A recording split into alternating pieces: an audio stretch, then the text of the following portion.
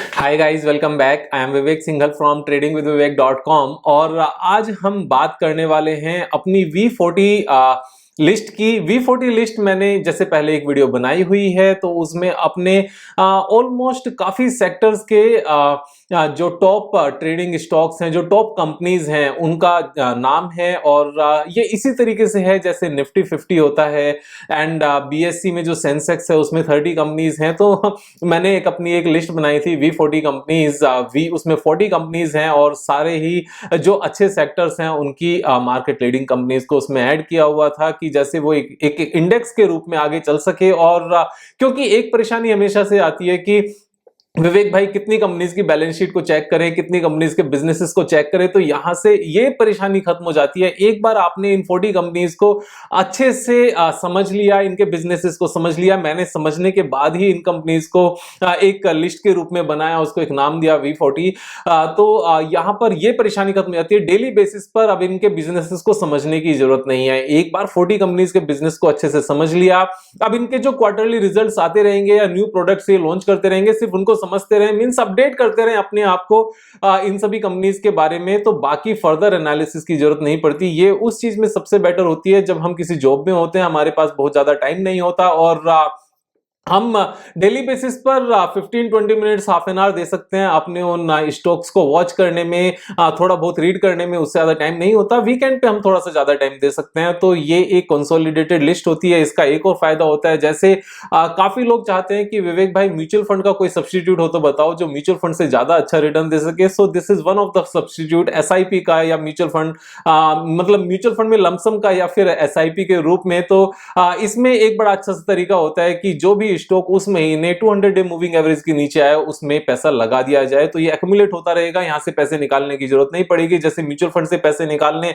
नहीं होते, जो भी आपकी SIP है 30-40,000 50,000 1 लाख रुपीस, जो भी आपकी SIP की अमाउंट है उससे उसको किया जा सकता है। तो आगे बढ़ते हैं, मैं स्क्रीन पर आपको इस V40 कंपनीज की लिस्ट में कुछ चेंजेस किए हैं जो मैं आपको बताना चाहता हूं कि वो कौन कौन से चेंजेस हैं, क्यों किए हैं। पहले भी हमने एक बार चेंज किया था, तो स्क्रीन पर मैं आपको दिखाऊंगा। लेकिन आगे बढ़ने से पहले अगर सब्सक्राइब नहीं किया है चैनल को तो सब्सक्राइब कर लें, क्योंकि एवरीडे 7 o'clock हम अपनी एक वीडियो लेकर आते हैं जिससे हम अपने ट्रेडिंग एंड इन्वेस्टिंग स्किल्स को शार्प कर सकें, समझ सकें, ज्यादा समझदार बन सकें, मार्केट से अच्छे पैसे कमा सकें। और दूसरा, यहां पर मेरी किसी भी तरह की कोई रिकमेंडेशन नहीं है, तो जो भी डिसीजन लेना है आपने अपने हिसाब से लेना है, समझ कर लेना है, डाइवर्सिफाई करके पैसा लगाना है, क्योंकि ये फिक्स्ड डिपॉजिट नहीं है। मार्केट में वॉलेटिलिटी भी होती है, सारी चीजें होती हैं, तो इस रिस्क जो वॉलेटिलिटी के रूप में होता है, इस रिस्क को समझकर तब मार्केट में पैसे लगाने हैं। आगे बढ़ते हैं। आगे बढ़ते हुए, जैसे मैंने यहां पर एक वीडियो बनाई थी, आप यहां पर क्या कर सकते हो, YouTube पर जा सकते हो। YouTube पर V40 एंड विवेक का अगर नाम डालोगे, मेरा नाम डालोगे, तो ये लिस्ट आ जाएगी, list of great stocks V40 and V40 next. तो ये 11 मंथ्स पहले मैंने वीडियो बनाई थी और यहां पर अगर हम इसको ओपन करते हैं, एक बार 5 सेकंड्स होने देते हैं, 3 2 1 और ये क्लिक करके हम आगे निकल जाते हैं। तो ये एक पूरी लिस्ट थी और इस लिस्ट में नीचे अगर आप डिस्क्रिप्शन बॉक्स में जाओगे तो यहां पर मैंने ये लिस्ट ऑफ V40 स्टॉक्स पूरी लिस्ट दी हुई है। तो इसमें क्या किया हुआ था, जैसे HDFC bank, ICICI bank, Kotak bank, तो 3 बड़े बैंक्स हमने यहां पर लिए जो मार्केट लीडर्स हैं। HDFC लिमिटेड जो हाउसिंग फाइनेंस में, बजाज फाइनेंस जो कंज्यूमर फाइनेंस है, ICICI लोम्बार्ड जनरल फाइनेंस है, HDFC लाइफ इंश्योरेंस में है, बजाज फिनसर्व ये भी इंश्योरेंस बिजनेस में है, ICICI प्रू ये लाइफ इंश्योरेंस है, HDFC AMC and NAM India ये हमारी AMC कंपनीज हैं जो म्यूचुअल फंड कंपनीज हैं, PGHH, proctor and Gamble health and hygiene, Marico, Colgate. तो ये अपने फील्ड की सारी नंबर 1 कंपनीज हैं। नंबर 1, नंबर 2 और मैक्सिमम नंबर 3 तक हम इसमें गए तो Marico, Colgate, Hindustan Unilever, Britannia, Dabur, Nestle, ITC, Asian Paints, Berger Paint, Akzo Nobel, Titan, Bata, Page Industries, Whirlpool, Havells, TCS, Infosys, HCL Technologies, Abbott India, Glaxo Pharma, Sanofi, Pfizer, Pidilite and Gillette. और उसके बाद में 4 ETF, Nifty bees, bank bees and gold bees and liquid bees. तो ये 4 हमारे ETF थे। ETF को मिलाकर ये 40 स्टॉक्स की लिस्ट है। इन 40 स्टॉक्स की लिस्ट को एक साथ बनाने का जो पर्पस था वो ये था कि अगर मार्केट डाउन जाती है और हमारा पैसा इसमें इन्वेस्टेड रहता है तो उस केस में हमें डर नहीं लगना चाहिए कि कंपनी कैसी थी, क्योंकि वॉरेन बफेट का भी कहना है कि बहुत ज्यादा कंपनीज में इन्वेस्ट करने में भी मींस इन्वेस्ट करने से मतलब है बहुत ज्यादा कंपनीज को रिसर्च करने में। अगर आपके पास टाइम है तो टाइम लगाया जाए, और अगर टाइम नहीं है तो जो बेस्ट कंपनीज हैं उनकी तरफ फोकस किया जाए। तो यहां पर बेस्ट कंपनीज हैं, बेस्ट कंपनीज को नॉर्मल प्राइस पर अगर खरीदा जाए, now normal price is 200 day moving average. मैं एक बार स्क्रीन पर आपको दिखाऊंगा कि किस तरीके से बात कर रहा हूं मैं। लेकिन यहां पर जो हमने पहले चेंज किया था, ये हमने वीडियो बनाई थी दिसंबर 18 2020 को, यानी कि लास्ट ईयर, एक साल पूरा हो चुका है।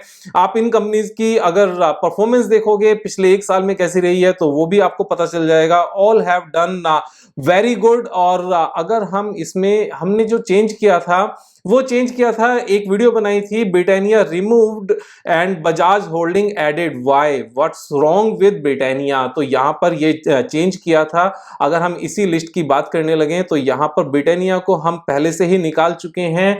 ब्रिटानिया को निकालने के बाद हमने इसमें बजाज होल्डिंग ऐड किया था, और जो ब्रिटानिया निकालने का और बजाज होल्डिंग को ऐड करने का जो अपना डिसीजन था वो एक्चुअल में सही निकला। ब्रिटानिया इंडस्ट्रीज लास्ट जब हमने ये इसको निकाला था 11 जनवरी को, तब से अब तक ऑलमोस्ट सेम प्राइस पर है, there is no change.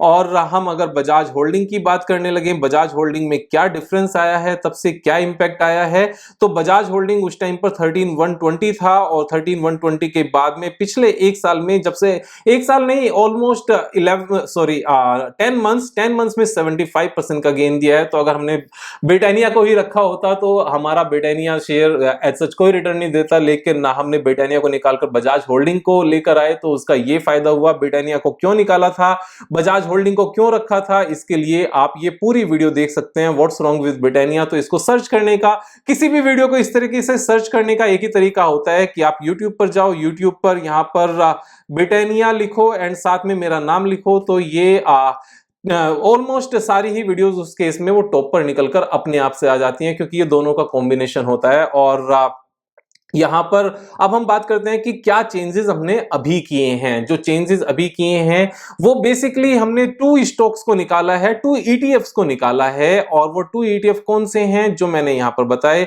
Nifty बीज हमने रखा हुआ है, निफ्टी बीज को नहीं निकाला है। निफ्टी बीज को नहीं निकालने का रीजन इसलिए है क्योंकि ये स्टॉक से रिलेटेड ही है। बैंक बीज भी हमने रखा हुआ है जो of course again stock market से रिलेटेड ही है। लेकिन गोल्ड बीज ये कमोडिटी है, ये गोल्ड का ETF है। जिस तरीके से गोल्ड ऊपर नीचे होता है उसी तरीके से गोल्ड बीज ऊपर नीचे होता है। तो इसको हम रिमूव कर रहे हैं, यहां से हटा रहे हैं इस लिस्ट से। And liquid bees is like a debt fund, तो इसको भी हम हटा रहे हैं। तो गोल्ड बीज एंड लिक्विड बीज को हम अपनी इस ग्रेट स्टॉक्स ऑफ लिस्ट को निकाल रहे हैं। तो what we are adding now, we are adding 2 stocks जो इस लिस्ट में अभी तक नहीं थे। वो स्टॉक्स हैं Bajaj Auto and Axis Bank. तो Bajaj Auto and Axis Bank को ऐड करने का यहां पर जो रीजन है बड़ा सिंपल सा है। Bajaj Auto again being a great company, debt free company है। This is trading at a price 4 years back price, means in October 2017 it was trading at the same price पर ये ट्रेड कर रहा था, अभी भी सेम प्राइस पर है। तो ये एक बहुत लंबा कंसोलिडेशन है। इस पीरियड में जितने BS6 वगैरह जो कुछ भी ऊपर नीचे होना था वो सब कुछ हो चुका है। एंड जो ये पहले रेसिस्टेंस बना हुआ था, ये एक पूरी रेंज थी रेसिस्टेंस की। अगर हम यहां पर देखें, it is trading at the same support now. तो ऊपर से कंसोलिडेट होकर नीचे मींस ऊपर गया, ब्रेकआउट दिया, वापस से सेम लेवल पर आकर सपोर्ट ले रहा है। यहां से जो तेजी आएगी, यहां से अच्छी तेजी नजर आती है। एंड अगेन मार्केट लीडर में से एक है 2 व्हीलर मेकर्स में, एंड 3 व्हीलर मेकर में तो वर्ल्ड्स लार्जेस्ट हैं। 2 व्हीलर मेकर में वर्ल्ड्स 3rd लार्जेस्ट कंपनी है बजाज ऑटो, तो इसको हम ऐड कर रहे हैं। साथ में हम एक और कंपनी ऐड कर रहे हैं, एक्सिस बैंक। एक्सिस बैंक को भी ऐड करने का बड़ा सिंपल सा रीजन है, this is also trading at a very old price.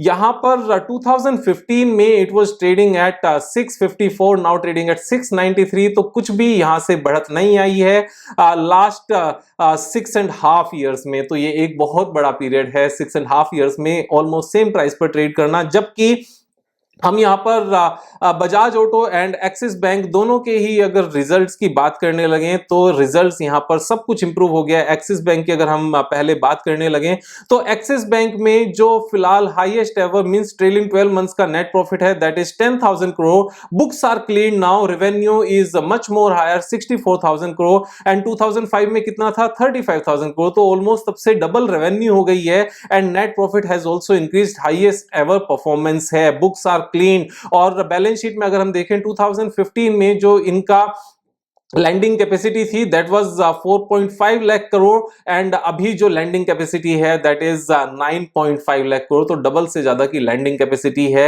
Economy is growing, everything is good, books are clean. तो Axis Bank is one candidate we must have in our V40 list और fourth largest private sector bank है। और यहां पर अगर हम Bajaj auto की बात करने लगे, बजाज ऑटो के रिजल्ट्स भी एक बार देख लेते हैं। That is a zero debt company, return on equity is good, promoters के पास अच्छे शेयर्स हैं, अच्छी होल्डिंग है और PE ratio is also at a lower range 15.9 के रेंज पर है। अब हम यहां पर अगर नीचे जाएं क्वार्टरली रिजल्ट्स की बात करें तो highest ever quarterly net profit है एंड हाईएस्ट एवर रेवेन्यू है, तो हाईएस्ट एवर क्वार्टरली रिजल्ट्स हैं। एंड अगर हम ईयरली रिजल्ट्स की भी बात करने लगे तो हाईएस्ट एवर रेवेन्यू है ट्रेलिंग 12 मंथ्स की and highest ever net profit है ट्रेलिंग 12 मंथ्स में। तो यहां पर हम जो इसके चार्ट की बात कर रहे थे, Bajaj auto is trading eight almost 4 years old price, तो यहां पर सेम प्राइस पर ट्रेड कर रहा है जिस प्राइस पर अक्टूबर 17 में था। अगर हम अक्टूबर 17 के रिजल्ट्स देखें तो अक्टूबर मींस मार्च क्वार्टर सॉरी मार्च 2017 के रिजल्ट्स देखें तो 4,000 करोड़ का नेट प्रॉफिट था, अभी नेट प्रॉफिट बढ़ के 6,400 करोड़ हो गया है, यानी कि 50% 60% के आसपास का नेट प्रॉफिट बढ़ गया है एंड रेवेन्यू भी यहां से 21,000 करोड़ से बढ़कर 33,000 करोड़ हो गई है। तो ये अच्छा डेवलपमेंट है। अब अगर हम अपने जो फंड है, कंपनी का अपना फंड है शेयर होल्डर्स का, उसकी बात करने लगे तो 2017 में रिजर्व था 17,000 करोड़ का और अभी 26,000 करोड़ का है। सो यहां पर भी इंप्रूवमेंट आई है, things are better now. Cash flow almost same है, कैश फ्लो ऑलमोस्ट सेम होने के BS6 में जो यहां पर चेंजेस हुए थे उसकी वजह से बहुत इंपैक्ट है, ये चीजें इंप्रूव हो जाती हैं टाइम के चलते। और पब्लिक शेयर होल्डिंग की बात करने लगे तो पब्लिक शेयर होल्डिंग में मींस शेयर होल्डिंग में there is no such difference, ऐसा कुछ भी डिफरेंस नहीं है, it is same. So everything is great, superb है, कंपनीज अच्छा कर रही हैं दोनों and that is the reason we have added यहां पर Bajaj Auto and Axis Bank and we have removed liquid bees and gold bees, जो गोल्ड का ETF है उसको हमने रिमूव किया है एंड जो यहां पर लिक्विड मींस डेट फंड जो ETF है उसको हमने रिमूव किया है, लिक्विड फंड बेसिकली उसका ETF है उसको रिमूव किया है। तो अपनी जो अपडेटेड लिस्ट है this is Bajaj Auto, Axis Bank, Abbott India, Akzo India, Asian Paint, Bajaj Finserv, Bajaj Holding, Bajaj Finance, bank bees जो हमने बात की बैंक निफ्टी का ETF है, then Bata India, Berger Paint, Colgate Palmolive, Dabur, Gillette, Glaxo Pharma, this Glaxo is Glaxo Pharma, Havells, HCL Technologies, HDFC Limited, HDFC AMC, HDFC Bank, HDFC Life, Hindustan Unilever, ICICI Bank, ICICI General insurance that is ICICI Lombard as well and ICICI life insurance, Infosys, ITC, Kotak Bank, Marico, NAM India, Nippon asset management basically and Nestle India. Nifty BeES is the Nifty ETF, Page Industries, Pfizer, Procter and Gamble health and hygiene, Pidilite, Sanofi, TCS, Titan and Whirlpool. तो ये सारी companies हैं, those are the great list of companies. अब इसमें करना क्या रहता है, इसमें बड़ा सिंपल सा कॉन्सेप्ट है, 200 डे मूविंग एवरेज मैंने लगाया हुआ है, यहां पर जो ब्लैक लाइन है that is 200 day moving average. अगर आप देखोगे इसको लास्ट 10 इयर्स के चार्ट पर, मैंने यहां पर 10 इयर्स का ये पूरा चार्ट ले लिया 2011 से लेकर 2021 तक। तो ये ब्लैक लाइन के ऊपर नीचे हैंसफोर्थ यहां पर ट्रेड कर रहा होता है, तो जब भी नीचे आए ले लिया जाए और रखा जाए, क्योंकि फाइनली में ये सारे स्टॉक ऊपर ही जा रहे होते हैं। यहां पर एक्सिस बैंक को देखें तो एक्सिस बैंक में भी 10 साल में यहां से बढ़ती हुई है, जब भी नीचे हमने SIP के मोड में या ट्रेडिंग करने के पॉइंट ऑफ व्यू से लिया होगा तो फाइनली प्रॉफिट ही हुआ होगा। And Abbott India again the same story, Akzo India same story, Asian Paint same और बजाज फिनसर्व जब भी नीचे आए तो ले लिया जाए। बड़ा सिंपल सा कॉन्सेप्ट है इन स्टॉक्स को ट्रेड करने का, और ऐसा नहीं है कि ये 200 डे मूविंग एवरेज के नीचे नहीं आते, हमेशा आते हैं, अलग अलग टाइम पर अलग अलग स्टॉक नीचे आ रहा होता है। तो स्टॉक मार्केट में ट्रेडिंग मुश्किल काम नहीं नहीं है। मुश्किल काम क्या है?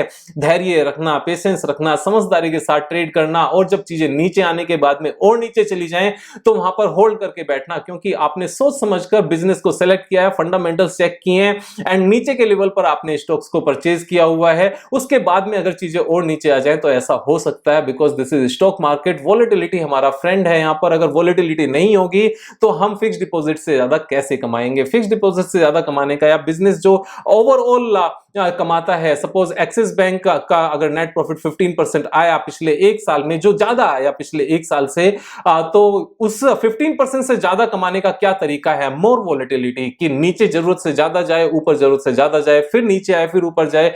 जब तक ये वॉलेटिलिटी बनी रहेगी, ये मार्केट चलती रहेगी। जिस दिन वॉलेटिलिटी खत्म हो जाएगी उस दिन ये मार्केट भी खत्म हो जाएगी। फिर तो जैसे एफडीआई पैसा लगाता है ना कंपनी में, जिसको शेयर मार्केट से एज सच बहुत कुछ लेना देना नहीं होता, वो बिजनेस में इक्विटी में इन्फ्यूज करता है पैसा और लगा कर रखता है 20-30 साल तक, तो उस तरीके से काम हो जाएगा। उसमें उतना पैसा नहीं बनता जितना स्टॉक मार्केट ट्रेडिंग में बनता है। सीख कर काम करना है, समझदारी से करना है। अगर सब्सक्राइब नहीं किया है तो सब्सक्राइब कर लेना, दोस्तों के साथ शेयर करना, लाइक करना, कमेंट करना। Thank you so much.